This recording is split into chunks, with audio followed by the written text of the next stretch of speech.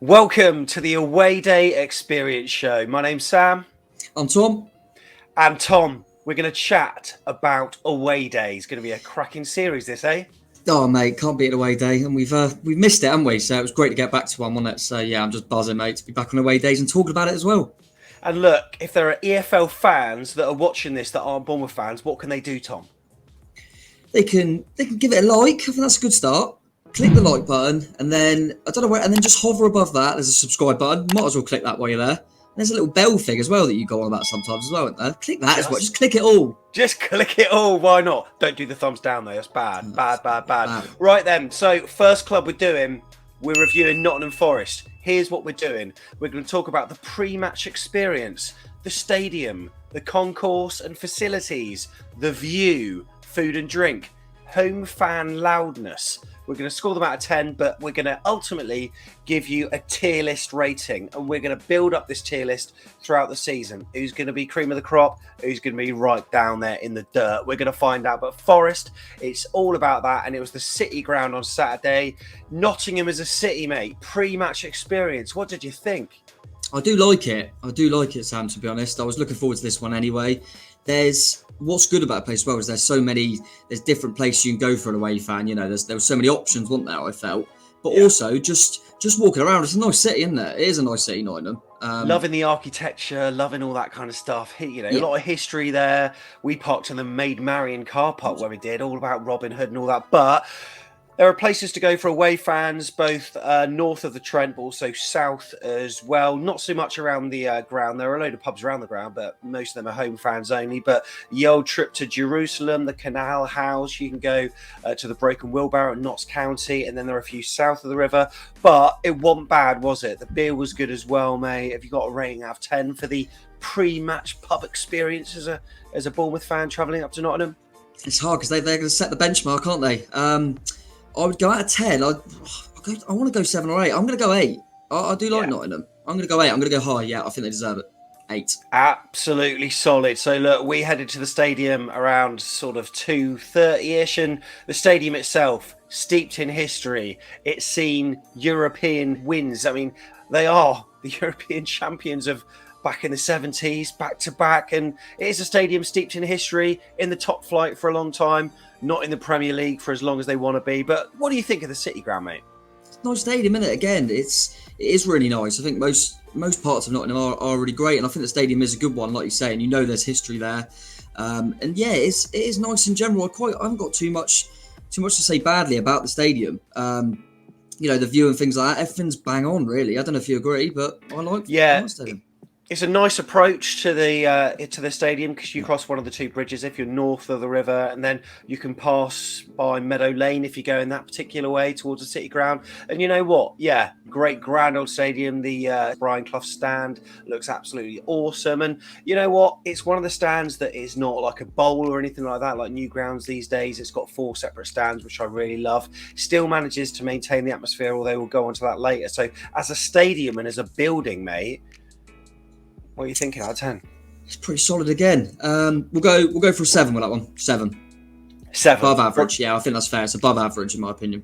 Loving that. Right, when it comes to the concourse and facilities, I found that it was fairly cramped down there, but there was just enough room. I mean, we had a I don't know, we took like 2/3 of the allocation, I think, something like that. I'm not too sure. We had a fair few empty seats when we travelled. There's obviously loads of reasons why that is in terms of, you know, COVID as well and the current pandemic. However, it did look as though it could get cramped, but thankfully it wasn't. The facilities, the toilets were all right. I wasn't queuing ages for a pee.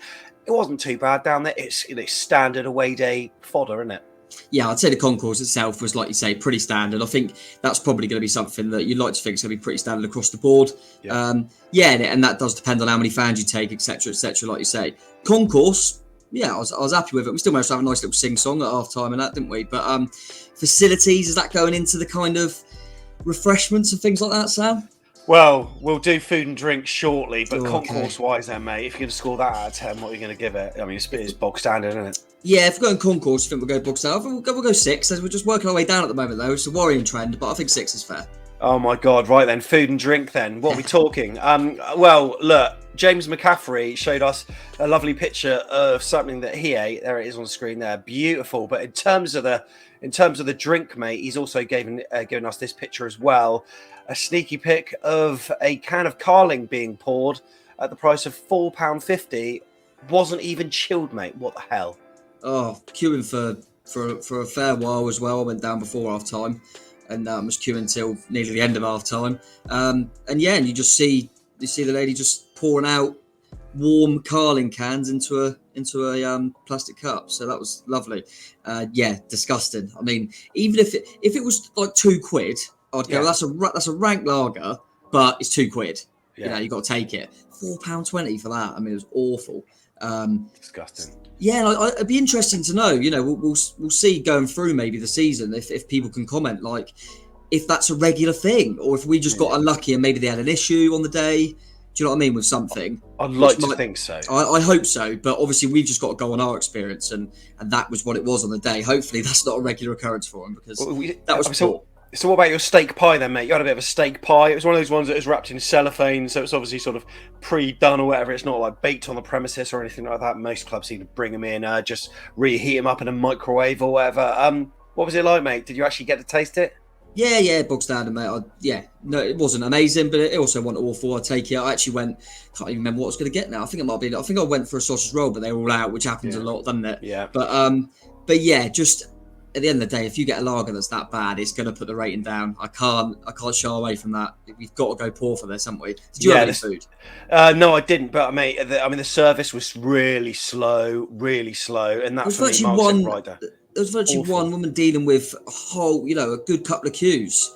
And you just think it's just, really strange. But like I say, I like to think people will comment and stuff that it was the first game, really our first away game. So maybe, with COVID and everything's coming back to speed. So hopefully they'll sort that out. Maybe we'll give them a push to sort it out. But our experience wasn't good, was it? Out of 10 then? 2. Oh, 2. That ain't good at all. That ain't good. Right. Obviously, the view, it always depends on where you're sat. I don't think there's any restricted views. Even at the back, you can see all the pitch, unlike some clubs like Crystal Palace or Everton in their current ground. Obviously, sometimes you get stuck behind a pillar or somewhere really low. But where I was, mate, perfect view. Nice to be able to see all of the stands in front of me as well, because we were like quite a way back, but you could still see the Trent end. You could still see both sides of the stadium really well. Sometimes you can just about see the top of the pitch, but pretty decent view. Whereabouts were you sat? Yeah, I think it's going to work quite nicely because you were near the back, weren't you? And my ticket was right in row B. So when you look at row B, I often think, oh God, that's a bit, I don't like being too close to the pitch. No. But actually, it's not as close as you think at Forest. It's quite good. I quite enjoyed the view. Also, have good. They got the home fans just to the side. If you have a good bit of banter with them, especially when you're winning, which obviously we were, and then you can look up, turn around, and there's people above you as well, so you can wave them off. But no, obviously it was. It's joking aside, it's nice to have that banter with a fan. So I liked being where I was sat actually, and like I say, it kind of goes back to what we said about the stadium. It's nice in general. I do like it. So I'd go pretty solid with this. I was probably going to say about a 7 for me. I don't know if you agree. Yeah. Pretty on board with that, I would say. And look, we got some footage here from Rob Trent from Access Advisor, right? We've got the link below. Do recommend you check out their channel. So if you got accessibility issues, what was it like? Well, firstly, he said the staff and the fans were top people. So despite not having the numbers of staff that we wanted behind the counter selling the beers and the pies or whatever, the staff they did have were brilliant. He said there were a couple of accessibility issues. The pitch view was quite low, he said. He also said that accessing the concourse or the accessible toilets meant you have to go all the way back along the pitch and through the home fans, which was not ideal. But on the whole, he gave them a big thumbs up for staff helpfulness and a good score as well for ease of access. Put that all together, mate, and I think, like a 7 or an 8, do you think? Yeah, I think that's fair. I'm happy to go with your opinion on that, mate. I'm happy with a 7 or an 8, to be honest. Go on, you take the lead. Excellent. All right, that is an 8. I'm going to give him an 8. There we go. That's the 8. Home fan loudness, mate. This is always the one. I mean, look, we've got to realise that we can't just score stadiums highly if we win there and score them lowly if we lose. And that's one thing we're going to be really, really crucial of. So, look, even if Forest battered us 4-0, we would still make the same criticisms, and we'd praise them alike. So that's one thing we're going to be really careful of. Home fan loudness, though, obviously it depends on the ebb and the flow of the game, but generally throughout the game, I mean, I suppose the best gauge of it is when it's a 0-0, mate, isn't it? Because you then know who's loud and who's not. And they sang Molotkin Tyre really loud. It sounded like it was pumped through the speakers, but when that song stopped, it was almost silent. It was eerie.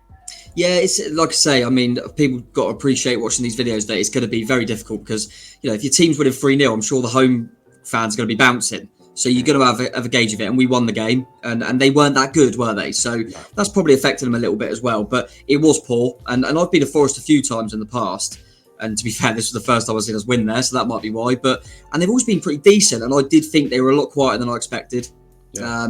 And you and I said, didn't we, that we just missed their goal because it was just after half time.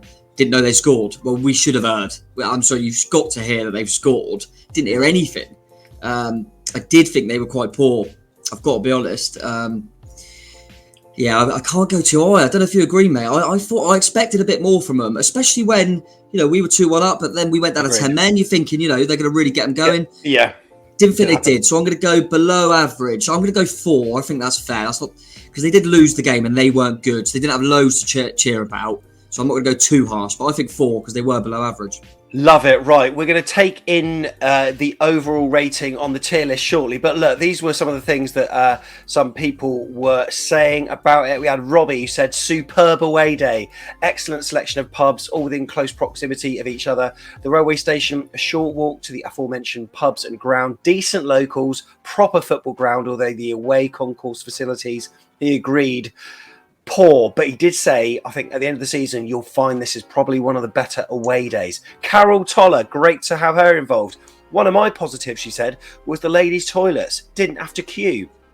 Although she didn't have to go at half-time, the only downside is no mirrors. No mirrors. Les Fry got in touch saying at half-time, moved to the seats in the corner of the stand. Apparently someone was told by stewards that everyone would sit down when the game started. They didn't. My only other moan would be our fans trying to get 20 mates into an area where there's 4 or 5 seats. Well, that's our problem, I suppose, isn't it, Les? Jeff Anderson also said about the seating arrangements as well. Les went on to say, Nottingham, great city to visit, good park and ride with trams for event days, only costing £2.50 return with free parking. The ground itself is a bit of a trek to get to the away end, he said. I suppose it depends which way you come from, innit? As I got older, I feel the need to stand for 90 minutes is a bit of a chore.